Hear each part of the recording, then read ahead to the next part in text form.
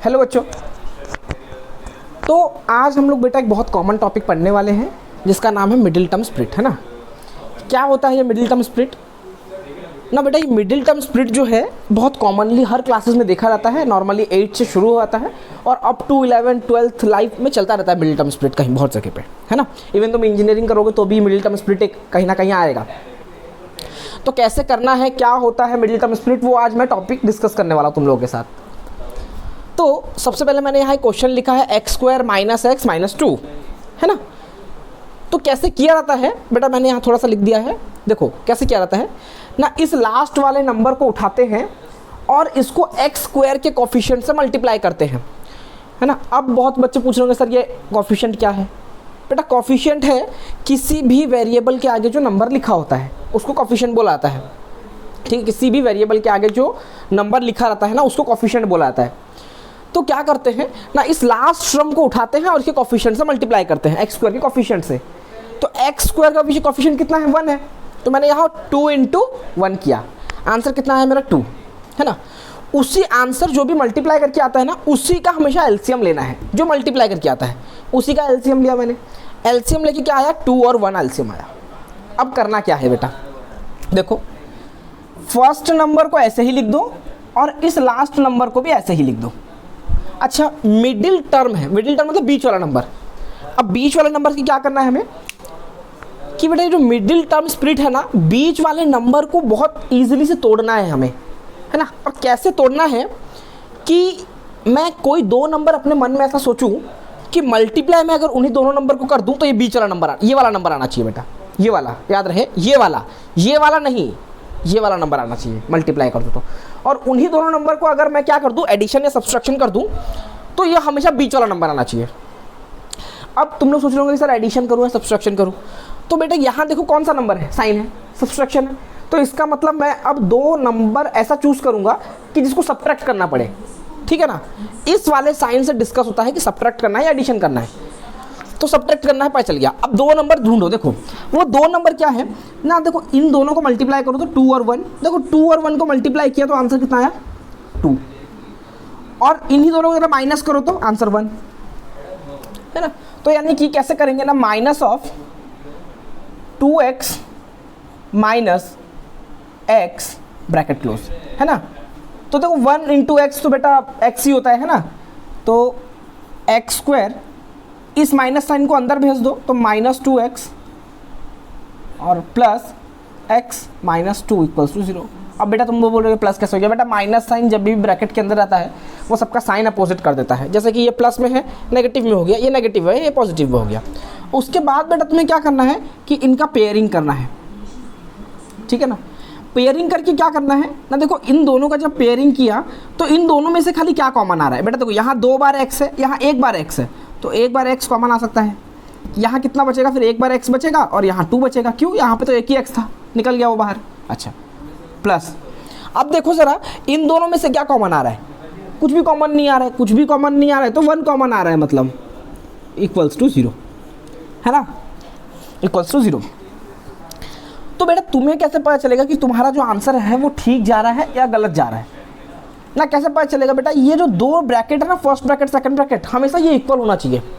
ये first bracket और second bracket ना हमेशा इक्वल होना चाहिए। और देखो अभी है भी इक्वल, तो अगर इक्वल है तो उसको एक बार लिखा रहता है। इन दोनों ब्रैकेट अगर सेम है इनको एक बार लिखा रहता है। दूसरा क्या, यहाँ से जो कॉमन निकला है ना उसको एक ब्रैकेट में लिखा रहता है ऐसे। और दोनों को उठा के 0 के इक्वल रख दो, इसको भी 0 के इक्वल, इसको भी 0 के इक्वल रख दो। तो यहाँ क्या आएगा बेटा ना, ये -2 है, उधर जाएगा तो +2 और यहाँ x = -1। तो इसका मतलब बेटा ये x के ऐसे दो वैल्यूज़ मेरे पास निकल के आए हैं कि अगर मैं इस वैल्यू को इसके अंदर डाल दूंगा ना तो आंसर मेरा 0 ही देगा वो, ठीक है ना। तो इसका मतलब ये x का एक वैल्यू ये है, एक वैल्यू ये है, ठीक है ना। और इसको बहुत सी जगह पे बेटा बोला जाता है क्या? जीरोज़, ठीक है ना, जीरोज़। अच्छा ये जीरोज़ क्या होता है? मान इसको बोला जाता है बेटा अल्फ़ा और इसको बोला जाता है बीटा, जिसको रूट्स भी बहुत जगह बोला जाता है, बहुत सारे नाम। अब कहीं कोई बोलता है बेटा जीरोज़ क्या है? जीरोज़ का मतलब होता है बेटा अल्फ़ा, बीटा, ठीक है। रूट्स भी बोला जाता है, कहीं कहीं बहुत बोलेंगे रूट्स निकालो, तो रूट्स निकालो मतलब यही वाला निकालो, ठीक है। बहुत सी जगह बोला जाता है फैक्टराइजेशन करो, तो बेटा फैक्टराइजेशन भी इसी को बोला जाता है।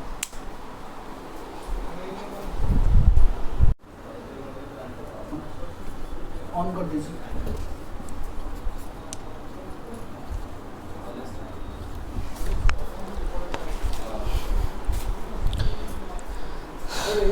तो बेटा ये हमारा सेकंड क्वेश्चन है, सेम मिडिल टर्म स्प्लिट का ही है ना। जरा इसको करके देखते हैं कैसे क्या करना है। सेम बेटा मैंने बोला क्या कि इस लास्ट वाले नंबर को एक्स स्क्वायर के कोफिशिएंट से मल्टीप्लाई करना है। तो एक्स स्क्वायर के कोफिशिएंट से मल्टीप्लाई करना है मतलब 24 इंटू 1, क्योंकि इसका कोफिशिएंट कितना है 1 है, तो इसका आंसर कितना है 24, है ना। अब मैंने बोला था क्या इसी 24 का क्या करना है, एलसीएम ले लेना बेटा, ले लो एलसीएम। तो आंसर 2 के टेबल में कटेगा कितनी बार में, 12 बार में, फिर 2 के टेबल में कटेगा 6 बार में, फिर 2 के टेबल में कटेगा बेटा 3 बार में, और 3 के टेबल में कटेगा 1 बार में, है ना। हाँ सर कटेगा, बिल्कुल कटेगा। अच्छा, तो उसके बाद अब हमको क्या करना था कि फर्स्ट नंबर और लास्ट नंबर तो एज इट इज लिख दो, बाकी ये जो बीच वाला नंबर बचा है ना बेटा, इस बीच वाले नंबर को क्या करना है, तोड़ना है। किस तरीके से तोड़ना है, मैंने सेम बोला था कि मल्टीप्लाई, कोई भी दो नंबर ऐसा सोचोगे कि मल्टीप्लाई कर दो तो ये वाला नंबर आना चाहिए, ये वाला, और उन्हीं दोनों नंबर को अगर क्या करेंगे, इस बार देखो इस बार साइन क्या है, एडिशन का, तो यानी कि उन्हीं दोनों नंबर को इस बार अगर एडिशन कर देंगे तो ये बीच वाला नंबर आना चाहिए, है कि नहीं। तो ढूंढते हैं ज़रा। और मैंने बोला था आंसर किस में छुपा होता है हमेशा, यही जो एलसीएम लेते हैं ना बेटा, इन्हीं के ही अंदर आंसर छुपा होता है, ठीक है। थोड़ा आगे पीछे ऊपर नीचे करके देखेंगे तो मिल जाएगा हमें इसी के अंदर।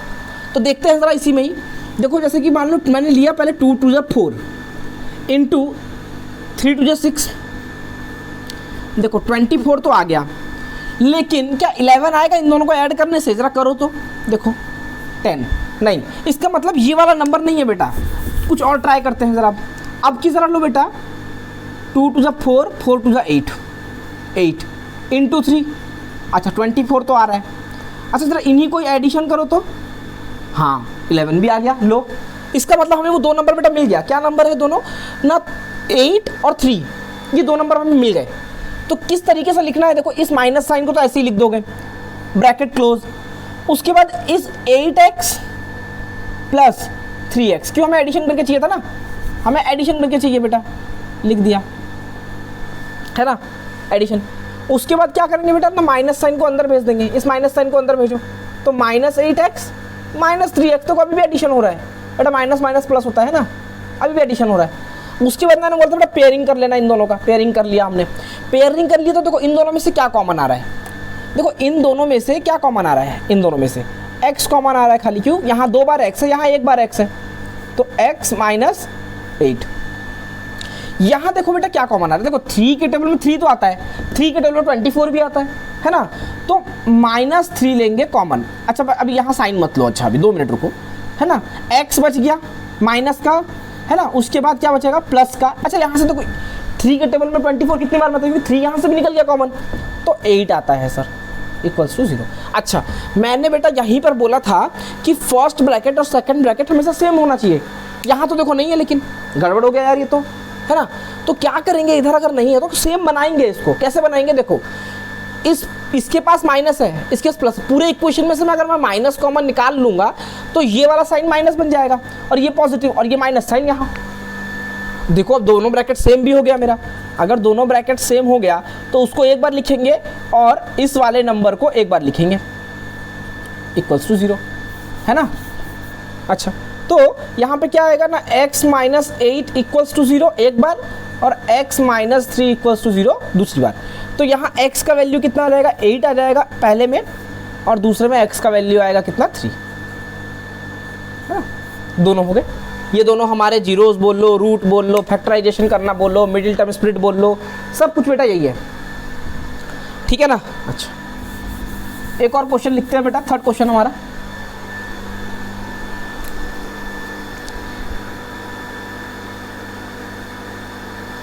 देखो एक क्वेश्चन लो, थर्ड क्वेश्चन बेटा लिख रहा हूं मैं,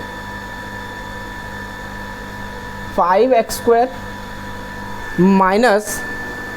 plus 16x plus 3 equals to 0। है ना। अच्छा, ये क्वेश्चन अब आ गया। सेम बेटा डिट्टो जो फॉर्मूला हमने इसके लिए यूज़ किया है, सेम उसके लिए भी यूज़ करेंगे हम। देखते हैं ज़रा। देखो मैंने क्या बोला था, लास्ट वाले नंबर को एक्स स्क्वायर के कोफिशिएंट से मल्टीप्लाई करना है। देखो तो अभी एक्स स्क्वायर का कोफिशिएंट क्या है बेटा, 5 है, तो इसका मतलब 3 × 5।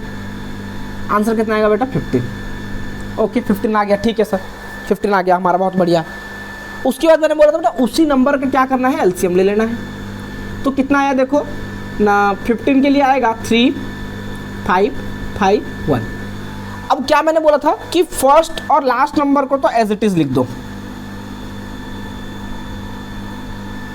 है ना, लिख दिया। अब बेटा हमको ध्यान से जरा इसको सुनना है बेटा। मैंने बोला था हमें बीच वाले नंबर को इस तरीके से तोड़ना है कि अगर मैं उन दोनों नंबरों को मल्टीप्लाई कर दूं ना तो ये वाला आना चाहिए, है ना। बहुत से बच्चे देखो सोच रहे होंगे कि ये वाला आ जाएगा तो भी बात वही है, यहाँ पे भी बात वही है, लेकिन नहीं, अब की बात अलग है। अब की बात बेटा यहाँ देखो 15 आया और यहाँ 3 है। मैं इसलिए बार बार बोल रहा हूँ बेटा कि मल्टीप्लाई करके तुम्हें यही वाला आंसर चाहिए, ये नहीं चाहिए, ये चाहिए, है ना, ये वाला चाहिए। तो तुमने इसको लिख दिया 15। अब तुम सोचोगे कि 15 के आके 2 नंबर आएगा। अच्छा 5 × 3 करो, 15 तो हो रहा है, लेकिन जरा इन दोनों को ऐड करो तो बेटा 8 हो रहा है खाली, होगा क्या, नहीं ये नहीं है। इसके मतलब और एक नंबर सोचेंगे। देखो मैंने कहा था इसी में ही आंसर छुपा होता है। 15 × 1 कितना, 15, और 15 + 1 16। इसका मतलब 2 नंबर में मिल गए। क्या क्या ना, प्लस में 15x + x, ठीक है, +3 = 0। अब प्लस साइन खोल देंगे ब्रैकेट तो। अच्छा बेटा प्लस साइन जब भी अंदर जाता है ना तो किसी का कुछ साइन चेंज नहीं करता, वो तो बोलता है भैया मैं अच्छा वाला हूँ, क्यों किसी का तकलीफ में दूंगा, है ना। तो यहाँ पे देखो वही पेयरिंग करेंगे, यहाँ पे पेयरिंग, यहाँ पेयरिंग दोनों के पास। तो देखो यहाँ से क्या कॉमन आ रहा है, देखो एक तो 5 कॉमन आएगा, क्यों 5 के टेबल 5 भी आता है, 15 भी आता है। अच्छा 5 एक कॉमन आया, देखो यहाँ x² 2 बार है, यहाँ x 1 बार है, तो x भी एक कॉमन आ गया। तो क्या बचा है यहाँ पे, x प्लस। अच्छा यहाँ से देखो क्या, यहाँ तो 5 निकल गया, x भी निकल गया, तो खाली एक x बचा। यहाँ पे पहले 5 के टेबल से जब हमने कॉमन लिया था 15 कितनी बार में, 3 बार में, और x तो पूरा गायब भी हो गया, बहुत बढ़िया, प्लस। अच्छा इन दोनों में से क्या कॉमन आ रहा है, सर कुछ भी कॉमन नहीं आ रहा, कुछ भी कॉमन नहीं आ रहा, तो 1 कॉमन आ रहा है, +3। लो बेटा मेरा तो यहीं पे first bracket second bracket same हो गया। सेम अगर हो गया तो उसका मतलब मैंने ठीक किया है। तो ठीक अगर किया है तो इसको एक बार 0 सॉरी इसको एक बार लिखो ब्रैकेट वाले को, और जो कॉमन लिया है उसको एक बार लिखो, है ना। तो इसको एक बार 0 के इक्वल रख दो और इसको भी एक बार 0 के इक्वल रख दो। यहाँ से x का वैल्यू आया बेटा -3, है ना, प्लस में था उधर गया माइनस हो गया। यहाँ पे x का वैल्यू देखो -1 और x का वैल्यू आया -1/5।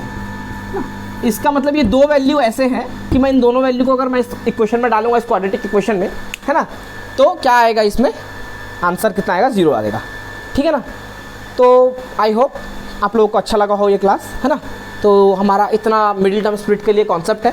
चाहे कोई भी क्वेश्चन आए बेटा, है ना, कोई भी क्वेश्चन आए हमेशा यही करना है, लास्ट वाले नंबर को उठाना है, x² के कोफिशिएंट से मल्टीप्लाई करना है, फिर उसका एलसीएम ले लेना है, जो भी आंसर आएगा मल्टीप्लाई करके, उसी एलसीएम में से ऐसे नंबर ढूंढने हैं कि मैं उन्हीं दोनों नंबर, कोई 2 नंबर ऐसे ढूंढने हैं कि उनको मल्टीप्लाई कर दूं तो हमारा वो आंसर आ जाए मल्टीप्लाई करके, और उन्हीं दोनों नंबर को एडिशन या सब्सट्रैक्शन कर दूं तो बीच वाला नंबर आ जाए हमारा, है ना। इन्हीं पर ही पूरे क्वेश्चन बेस्ड है ना। चलो ठीक है बेटा, थैंक यू सो मच।